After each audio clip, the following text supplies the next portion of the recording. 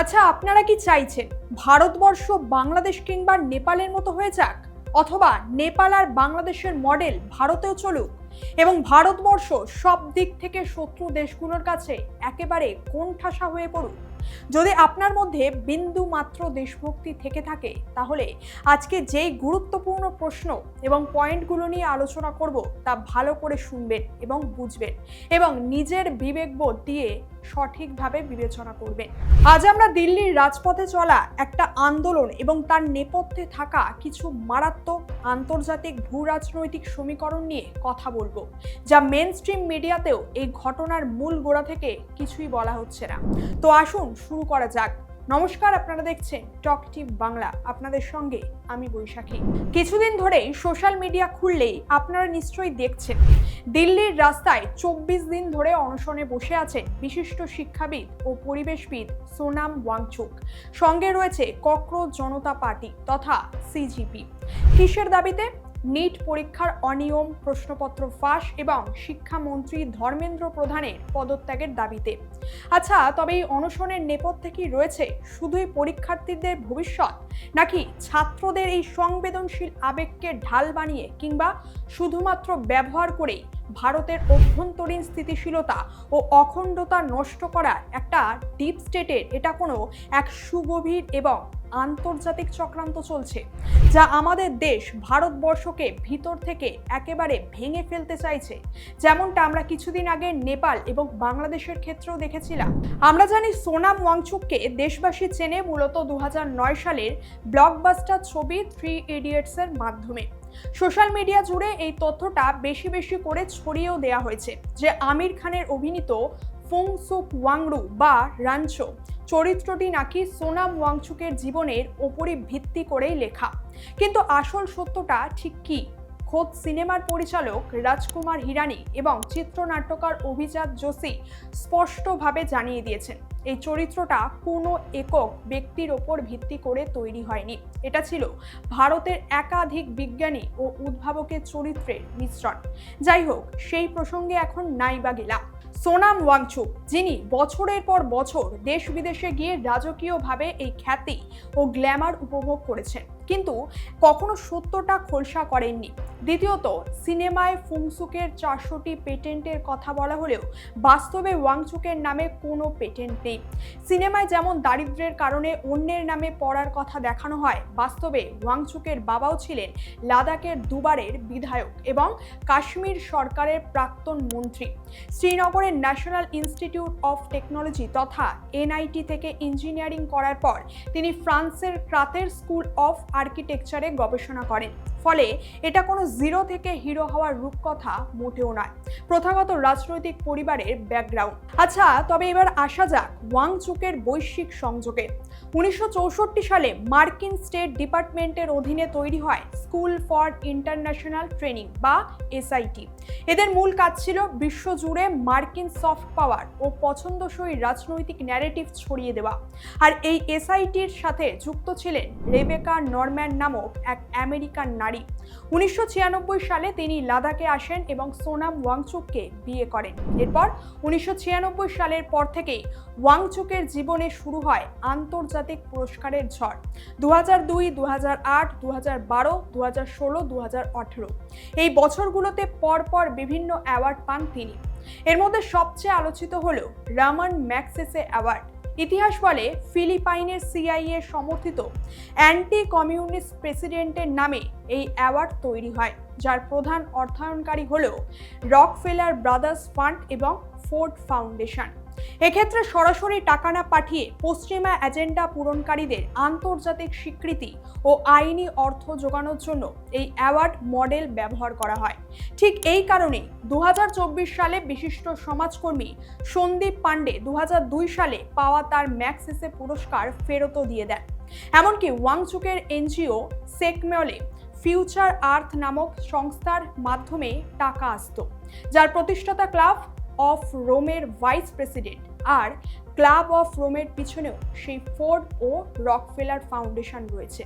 সঠিকভাবে হিসাব দিতে না পারায় 2025 সালে ভারত সরকার FCRA আইনের অধীনে সেকমলের বিদেশি অনুদান লাইসেন্সও সম্পূর্ণভাবে বাতিল করে দেয়।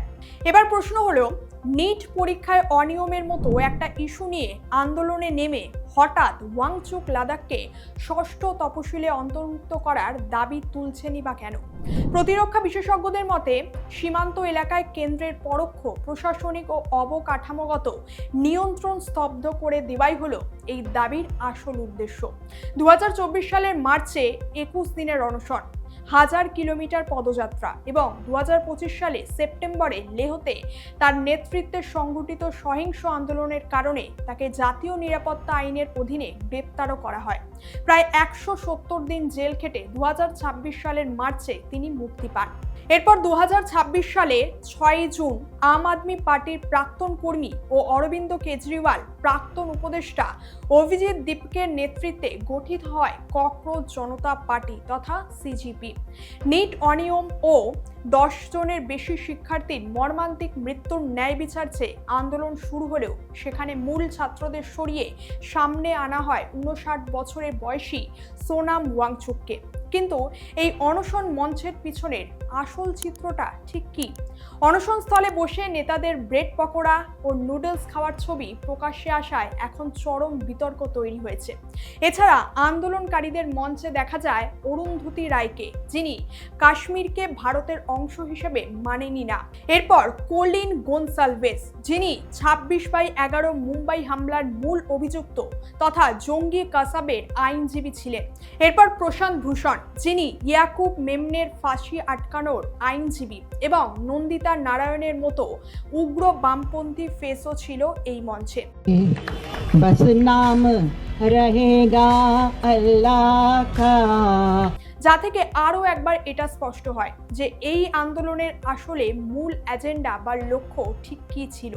সেই সঙ্গে এই মঞ্চ থেকে 370 ধারা অনুচ্ছেদ পুনর্বহাল, মা সীতা ও শ্রীরামকে নিয়ে উপহাস এবং বাস রহেগা নাম তো আল্লাহ কার মতো স্লোগানও তোলা হয়। এমনকি স্বয়ং সোনাম ওয়াংচুকও ক্ষোভ প্রকাশ করে সম্প্রতি বলেছেন, আমি অনশনে মারা যাচ্ছি আর উদ্যোক্তরা পাশে বসে দিব্যি খাওয়া দাওয়া করছে। মানে এটা এখন একদমই পরিষ্কার যে তরুণ প্রজন্মের ব্রেন ওয়াশ করে শিক্ষার্থীদের আবেগকে ব্যবহার করে ভারতের মূল সিস্টেম ও সরকারকে অস্থিতিশীল করাই ছিল এই তথাকথিত আন্দোলনের মূল লক্ষ্য। এর পাশাপাশি আশ্চর্যের বিষয় হলো, তৎকালীন দিল্লি পুলিশ কমিশনারের হঠাৎ বদলি এবং হাইকোর্টের নির্দেশে 18 জুলাই ওয়াংচুককে তুলে নিয়ে হাসপাতালে ভর্তি করাকে কেন্দ্র করে বিরোধীরা যেমন রাহুল গান্ধী, মমতা বন্দ্যোপাধ্যায় রাজনীতি শুরু করে দিয়েছে। অথচ এই একই রাজনৈতিক দলগুলো 2006 সালে ইউপিএ আমল বা পশ্চিমবঙ্গে 2021 থেকে 2025 সালে চাকরি প্রার্থীদের আন্দোলনের ওপর নির্দয়ভাবে লাঠিচার্জ চালিয়েছিল। দেখুন, লক্ষ্য যদি সত্যি শিক্ষার্থীদের বিচার পাইয়ে দেওয়া হতো, তবে এই মঞ্চে আলো করে থাকতো বা এই মঞ্চে থাকতেন সেই সমস্ত ভুক্তভোগী ছাত্রছাত্রীরা। তারা কথা বলার সুযোগ পেতেন, তাদের অসহায় মা বাবারাও থাকতেন, যারা নিজের সন্তানকে হারিয়েছেন তারাও আসতেন। কিন্তু বাস্তবে সেটা হয়নি। পুরো প্ল্যাটফর্মকে তুলে দেওয়া হয়েছে ভারতের অখণ্ডতা বিরোধী এবং চরমপন্থী বামপন্থী ইকোসিস্টেমের হাতে।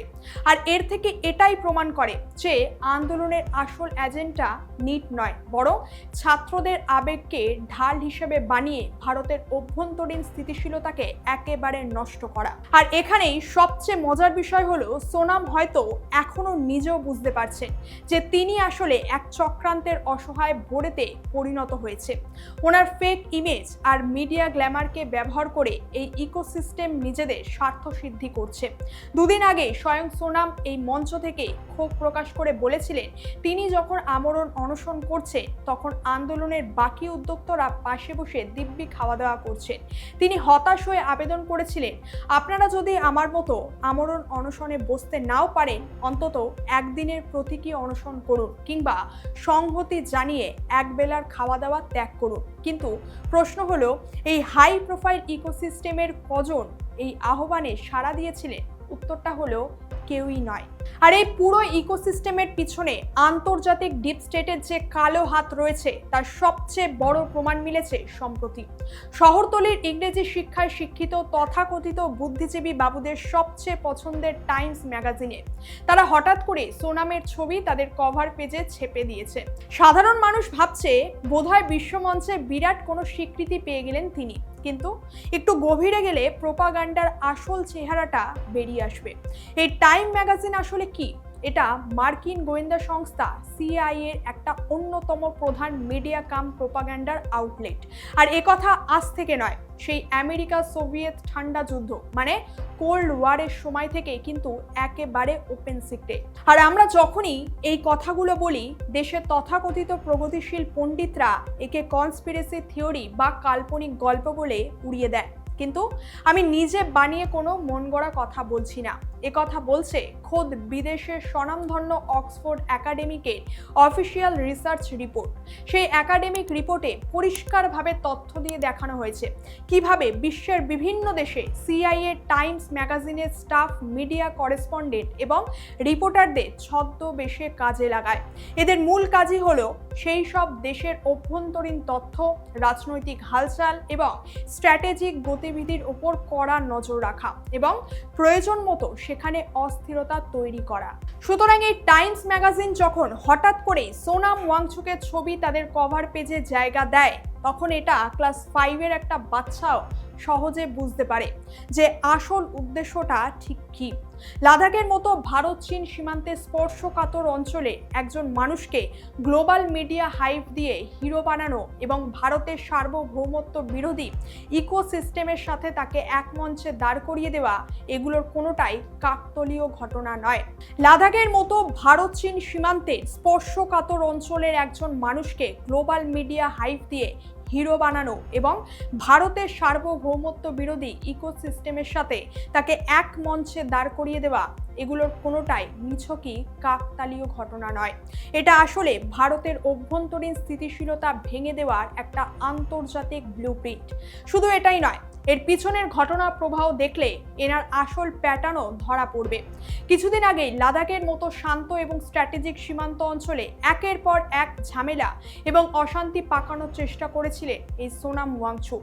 এরপর পরিস্থিতি এমন একটা জায়গায় গিয়ে পৌঁছায় যে দেশের আইন শৃঙ্খলা এবং নিরাপত্তার স্বার্থেই তাকে অ্যারেস্ট করে রাজস্থানে সরিয়ে নিয়ে যাওয়া হয়। আর আশ্চর্যের বিষয় দেখুন, তাকে লাদাখ থেকে সরিয়ে রাজস্থান নিয়ে যাওয়ার পরপরই পুরো লাদাখ অঞ্চল একদমই শান্ত এবং স্বাভাবিক হয়ে যায়। আর এখানেই শেষ নয়, এর মাঝে ওনার ট্র্যাক রেকর্ড ঘাটলে দেখা যাবে তিনি একবার পাকিস্তানেও ঘুরে এসেছেন। যে মানুষটির গতিবিধি এবং সংযোগ নিয়ে খোদ দেশের সুরক্ষাবিদদের মনে এত বড় প্রশ্নচিহ্ন রয়েছে যে লাদাখে অশান্তি তৈরি করতে ব্যর্থ হওয়ার পর রাজস্থান ঘুরে এখন এসে বসেছে দিল্লির রাজপথে, তাকে সাধারণ একজন প্রতিবাদী ভাবাটা অত্যন্ত বোকামির কাজ হয় কিনা। আর এই পুরো ঘটনাটাই বলে দেয় যে ওনার এই প্রতিবাদের রুটম্যাপ আসলে হয়তো অন্য কোথাও থেকে নিয়ন্ত্রিত হচ্ছে। তবে এরকমটা যে প্রথমবার ঘটছে তা কিন্তু নয়, ইতিহাস সাক্ষী আছে। ইতিহাসের পাতা উল্টালে মণিপুরের আয়রন লেডি ইরম শর্মিলা চানুর কথাও মনে পড়ে। 16 বছর ধরে তিনি যখন অনশনে ছিলেন, তখন তার নাম ভাঙিয়ে দেশ বিদেশের অজস্র এনজিও কোটি কোটি টাকার ফান্ড সংগ্রহ করেছিল। 2016 সালে যখন শর্মিলা বুঝতে পারেন অনশনের সমাধান নেই এবং নির্বাচন লড়ার ঘোষণা দেন তিনি, তখন এই এনজিওগুলোই তার সবচেয়ে বড় শত্রুতে পরিণত হয়। কারণ অনশন উঠে যাওয়া মানেই কোটি কোটি টাকার আন্তর্জাতিক ফান্ডের রাস্তাও একেবারে বন্ধ হয়ে যাওয়া। তবে কি আজ সোনাম ওয়াংচুককেও ঠিক একইভাবে ইরম শর্মিলা মডেলেই ব্যবহার করা হচ্ছে? আসল শিক্ষার্থীরা, জেই, নিট, এসএসসি পরীক্ষার্থীরা যখন নিজেদের ভবিষ্যৎ নিয়ে উদ্বিগ্ন কিংবা চিন্তিত, তখন কিছু রাজনৈতিক প্রক্সি ও বৈশ্বিক ফান্ডিং পুষ্ট চক্র ওয়াংচুকের অনশনকে বিক্রি করে নিজেদের পকেট ভরানোর ষড়যন্ত্রে লিপ্ত রয়েছে। আর সোনাম ওয়াংচুকের আন্দোলনকে কেন্দ্র করে কি ঠিক একই খেলার পুনরাবৃত্তি হচ্ছে? লাদাখের সেন্সিটিভ সীমান্ত থেকে শুরু করে দিল্লির যন্তর মন্তর পর্যন্ত যেভাবে ইকোসিস্টেম ওয়াংচুককে একটা ব্র্যান্ড বানিয়ে গ্লোবাল মিডিয়া হাইপ তৈরি করছে, তাতে এই বড় প্রশ্ন এড়ানো কিন্তু এখন একেবারেই অসম্ভব। সোনামকে সামনে রেখে তার অনশনকে বিক্রি করে নেপথ্যের এই চক্রটা কি নিজেদের ফান্ডিং আর টাকা তোলার আখের গোছাচ্ছে? ছাত্রদের আবেগ আর দেশের সুরক্ষাকে বাজি রেখে আসলে কাদের পকেট ভর্তি হচ্ছে বলুন তো? সেই প্রশ্নটা এবার তোলার সময়ও এসে গেছে। টাইম ম্যাগাজিনের প্রোপাগান্ডার কভার থেকে শুরু করে কাসাবের আইনজীবীদের একই মঞ্চে আসা, কিংবা ইরম শর্মিলার আন্দোলনের সেই পুরনো চেনা এনজিও মডেল, সবকটি বিন্দু মেলালে যে ছবিটা সামনে আসে তা কিন্তু মোটেই কোনো সরল বা সাধারণ মানচিত্র নয়। সোনাম ওয়াংচুকের এই অনশন কি সত্যি দেশের নিট পরীক্ষার অনিয়মের বিরুদ্ধে লড়াই, নাকি এর আড়ালে লুকিয়ে রয়েছে ভারতের অখণ্ডতা ভাঙার আন্তর্জাতিক ডিপ স্টেটের এক সুগভীর ষড়যন্ত্র বা চক্রান্ত? দেখুন, এটা ঠিক যে শিক্ষা ব্যবস্থার আমূল পরিবর্তন এবং পেপার লিক মাফিয়াদের নির্মূল করা অবশ্যই জাতীয় অগ্রাধিকার এবং এটা অতি অবশ্যই করা দরকার। তবে এটা কেবল একজন শিক্ষামন্ত্রী বা ক্যাবিনেট বদলেই সম্ভব নয়। এর জন্য পুরো আমলাতান্ত্রিক ব্যবস্থা এবং ওভারঅল ইকোসিস্টেমটাকেই সংশোধন করা প্রয়োজন। আমাদের সতর্ক থাকতে হবে যাতে তরুণ প্রজন্মের ন্যায়সঙ্গত আন্দোলন কোনো আন্তর্জাতিক ডিপ স্টেট, সিআইএ সমর্থিত এজেন্ডা বা বামপন্থী প্রক্সি গোষ্ঠীর হাতে হাইজ্যাক না হয়ে যায় কোনো মতেই।